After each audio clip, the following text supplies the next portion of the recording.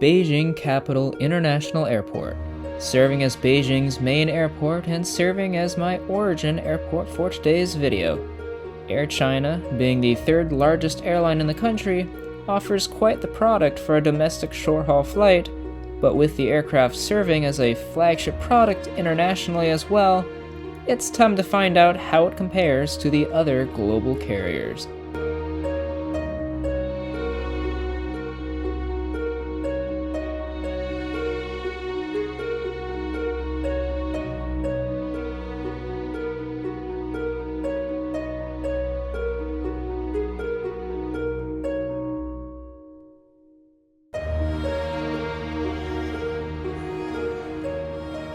Starting off here in Terminal 3, which, when it opened, was the largest building in the world by floor area, but not by volume. That record goes to the Everett Boeing factory in Washington.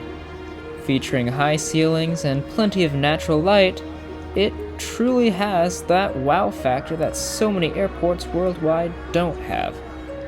Terminal 3 was completed in February 2008, just in time for the 2008 Beijing Summer Olympics, and includes a rail link to the city center. The Air China Lounge is located on the second floor of the departure hall. Unfortunately, when I entered with my camera, I was told that filming wasn't allowed inside the lounge due to customer privacy concerns. Understandable. It's dinner time, so let's dig into the lounge offerings. My choices are spicy beef, stir-fried shredded potato, stir-fried stem lettuce, chicken with mushrooms, egg fried rice, and steamed buns. Honestly, not bad for lounge food. But eating here kind of feels like being in a zoo cafeteria, except instead of animals, you're being watched by an Air China A350. I mean, airports are basically plane zoos anyway. In 2025, Beijing Capital served a total of 70,744,000 people. As of March 2026, the airport serves 205 airports in 54 countries. Shenzhen, the city we are flying to today, is a major technology and manufacturing hub in China.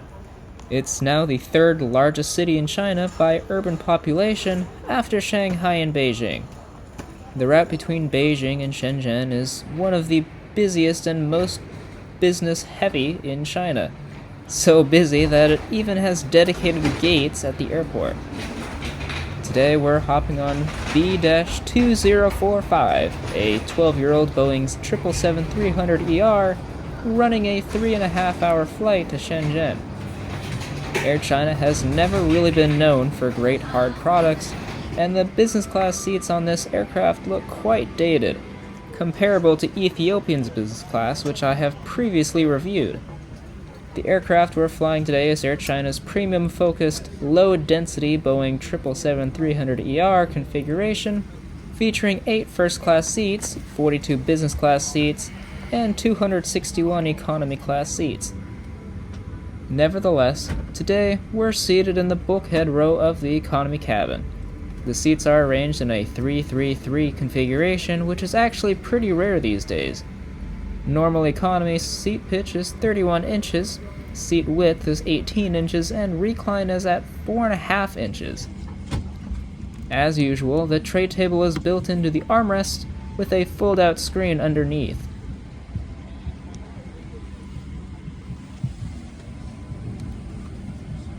In the literature pocket, you've got a safety card, an old-school headset, which this type specifically I never really liked.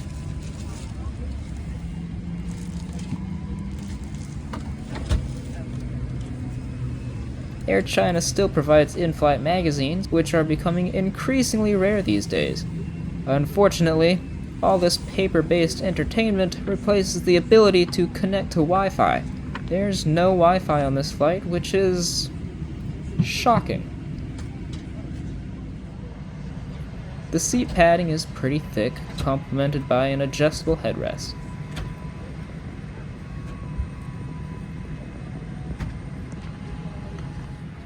The flight is not full, which I guess is because it's on a Saturday, when fewer people are traveling for business.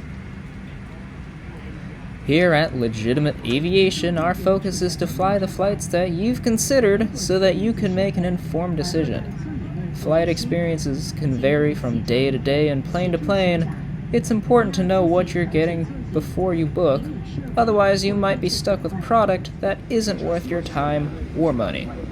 It's also important that you subscribe to the channel and like all of the videos so that you never miss any of the incredible content. During Pushback and Taxi, the cabin crew set the mood lighting to purple.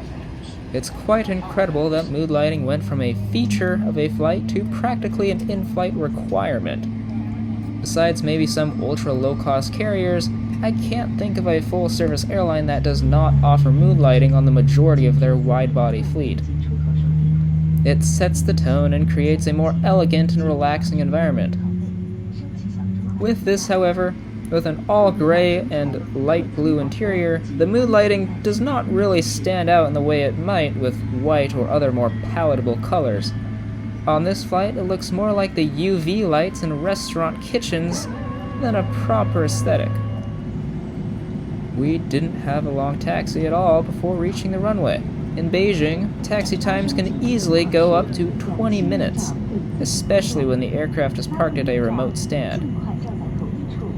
That's probably the second reason Air China assigns specific gates to its Shenzhen flights.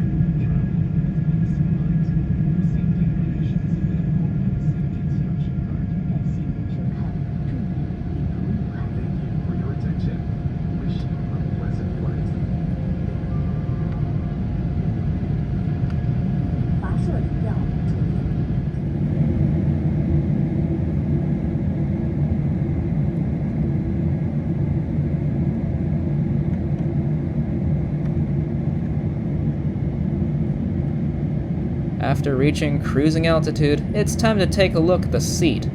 Starting off with the screen, you have to be an experienced detective to find this teeny-weeny button here.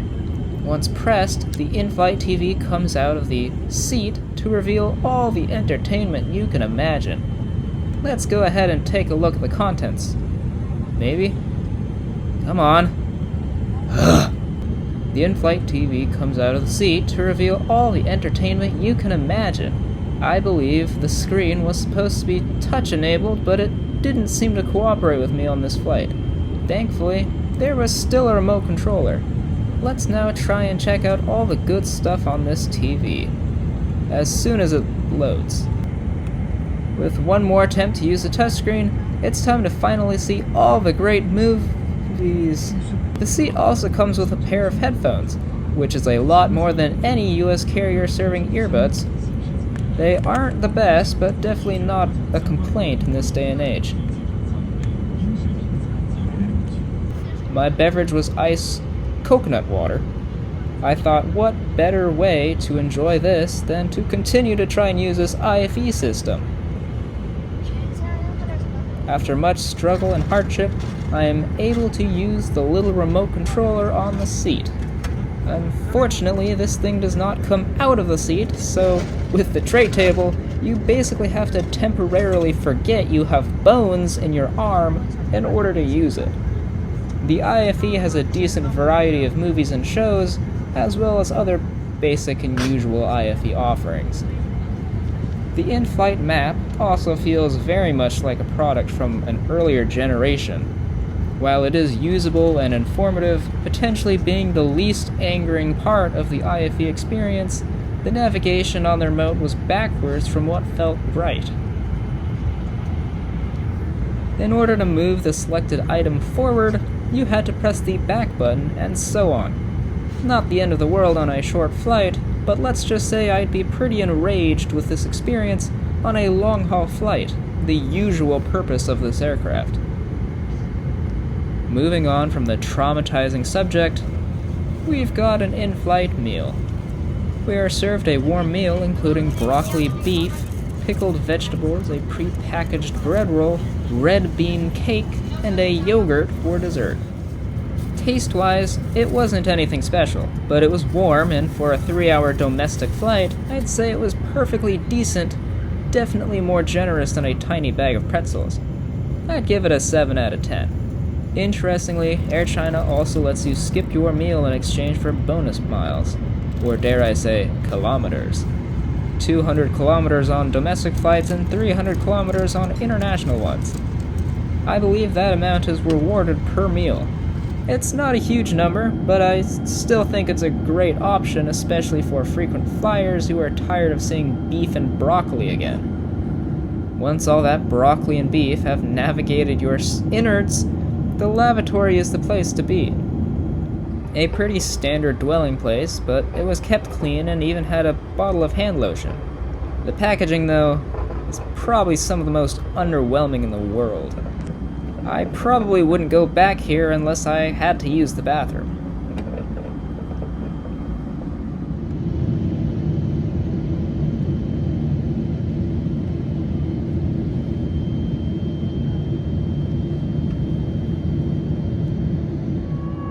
Being the third largest airline in the country, unfortunately I have to say I would expect more from the experience. While there are good things about this product, like getting a proper hot meal, most of the amenities I looked for were followed by my disappointment that they either didn't work or straight up weren't offered. I could understand this if it was a domestic airline, especially a low-cost carrier, but Air China is supposed to be a full-service carrier offering the modern-day amenities, especially on a major route such as this. It is sad to see this as a flagship product, while so many other airlines have completely reinvented their 777 products. Do note, however, that Air China has a much improved product on their A350s, which include a newer business class and economy cabin. Whether that is actually better, I can't say, as I have yet to try it.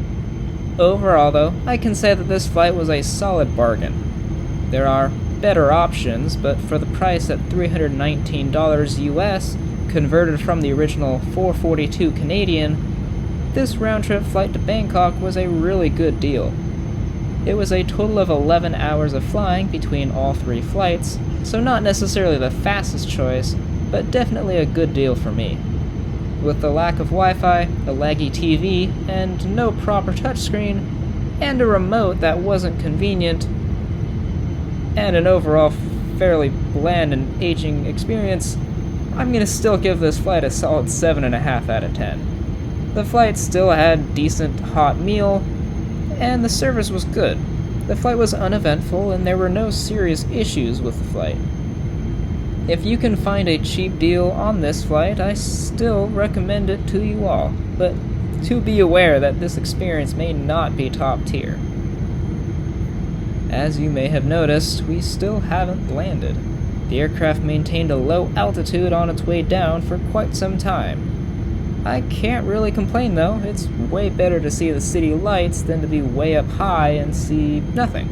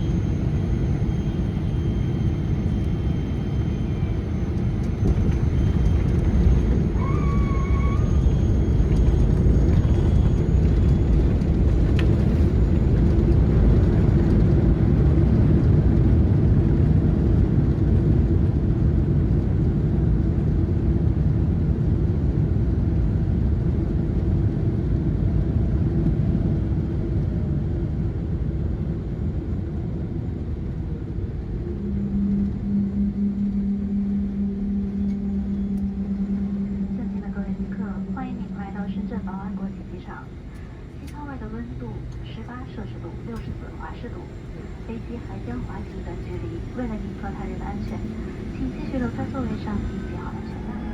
Welcome to the fishing village turned tech hub, Shenzhen, China. What an experience I have had tonight on this aging 777. If you enjoyed this video, be sure to like and subscribe to see more content like it in the future. We are closing in on 1,000 subscribers, and having you a part of the community is the only part that's missing. Be sure to stick around to the end of the video, as there's a really cool screen showing what's going on in the baggage handling area, plus a countdown for when your luggage is expected to arrive. The airport also still uses United Airlines' old tulip livery.